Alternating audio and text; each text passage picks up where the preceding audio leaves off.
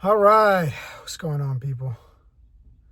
So this video is probably going to be a little bit controversial. I don't know. Maybe I'm wrong. Maybe I'm not. But I feel this way. So I just gotta get this out. And it's that I feel Americans say I love you too much. All right, so let me kind of give a context because I came to the U.S. in '95. So I was 7 years old. And when I first came here, like one of the things that I noticed that was so different is how much everybody was saying I love you. Like not like deeply, like you're just casually, how casually it was said at the end of like a conversation. Okay, yeah, all right, see you, bye, love you. Or just like, you're dropping the kid off to school or whatever. Okay, bye, Timmy, I love you. How casually it was and how often it was said. And I don't know, it made me feel kind of nauseous, man. I was just like, ew, like why is everybody loving each other so much?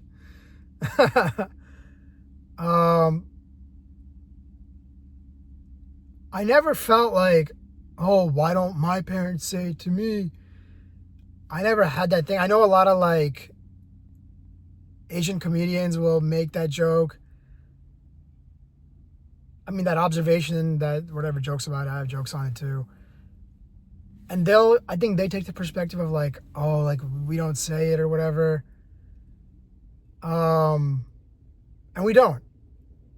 My parents don't say it to me, to each other, as far as I know. And why do I think it's too much?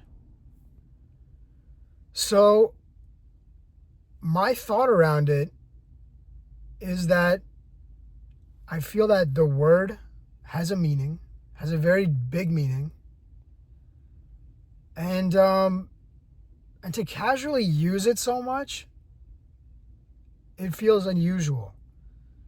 Because to me, like, the feeling of, like, my parents wouldn't say, but I know that they love me. And I can see it through their actions.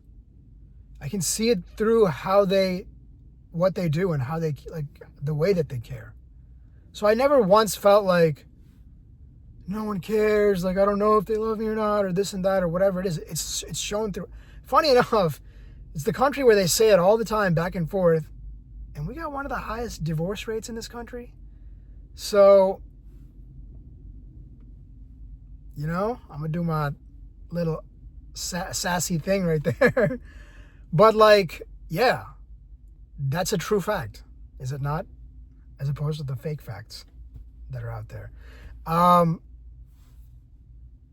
So that's okay. So that's one element of it, is that the word carries meaning. And I feel it shouldn't just be like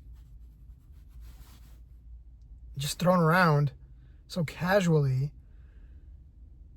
The other thing I feel, though, even as a deeper layer to that, is that if you like, I think this is a common thing in America, and I'm a part of it too. I'm like, I grew up here since I was 7, so I do this. But like, we use the top shelf words for everything. This is fantastic.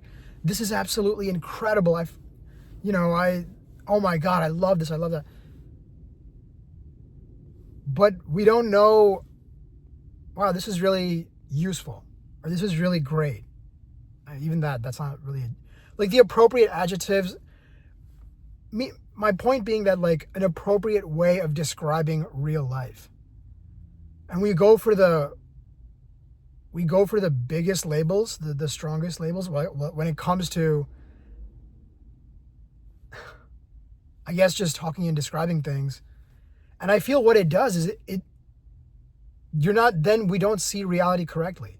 Like, I know that if I'm not speaking to myself, like, okay, I have a tendency to be negative, right? And I'll frame things like, this is the worst, man. Like, what the hell? This freaking sucks. Like, nothing's ever gonna.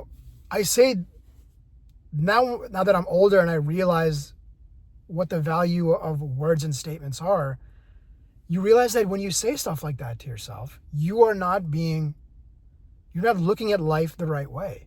If something bad happens, I'm over like catastrophizing how much it is. And when I do that, it prevents me from seeing reality. Same way in the opposite direction. If we oversay things, then later on you realize in a situation, damn, I didn't really mean it like that. You know, it's like life. You realize through life, okay, like I have to adjust what I'm thinking or what I'm saying to match real life.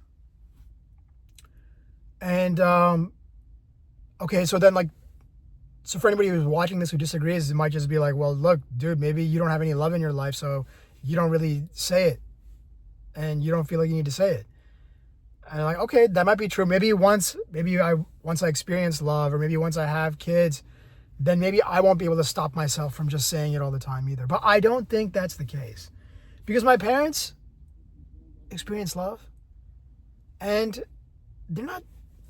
that's not how they express it. That's the other thing. That's the problem I have with like these love languages. I'm just like, this is stupid. This is a marketing gimmick. This doesn't mean anything.